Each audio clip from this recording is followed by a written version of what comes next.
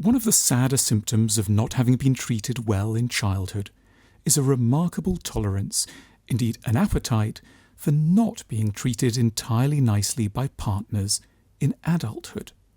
As graduates of rocky pasts, we are at high risk of ending up recklessly passive around partners who don't appear to have too much interest in our true needs or aspirations.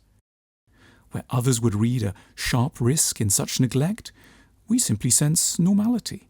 Where others would be plotting an escape, we settle in for the long term.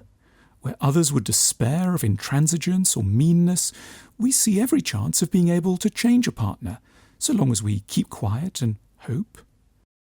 It can take an awfully long time until we are in any position to realise that, all told, the situation does appear a little strange and somewhat irrevocable, that it may not be entirely to our advantage to be told again and again that we are mad for wanting greater gentleness, or demanding for seeking a deeper connection, or crazy for wondering why a partner spends so much time on their phone or out drunk with friends. We could be compared to a giant fish, a tuna perhaps, who's had its fins cut off and lost any powers of navigation, so that it bobs helplessly on the current, hoping against hope that it will be taken somewhere nice, but unable to exert any influence on its course. The famous expression runs, "When people show you who they are, believe them."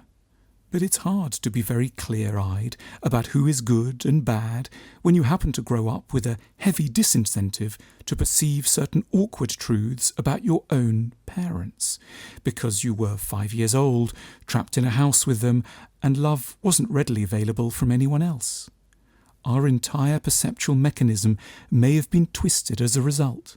Like an animal that can't perceive certain frequencies of light, our emotional eyes may have grown up unable to see difficult traits for what they are. Coldness now just looks like honourable absorption in more important tasks. Sarcasm is read as wit. Being belittled feels like care. We're always more likely to think of ourselves as bad for failing to elicit kindness from a fundamentally lovely person whom we'll continue to adore and admire, despite one or two signs of trouble, as opposed to conceiving that we might have fallen in with a jerk. We may be deep into our lives before we decide we might have had enough of suffering, and start to be curious about what kindness and presence might feel like. We may ever so slightly determine that though our partner may be using every ounce of their considerable logic and charm to secure the status quo, they might in the end just be taking us for a very long ride. We don't have to be here. We are, astonishingly, not 5 anymore.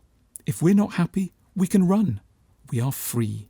This is what being an adult should always have been about.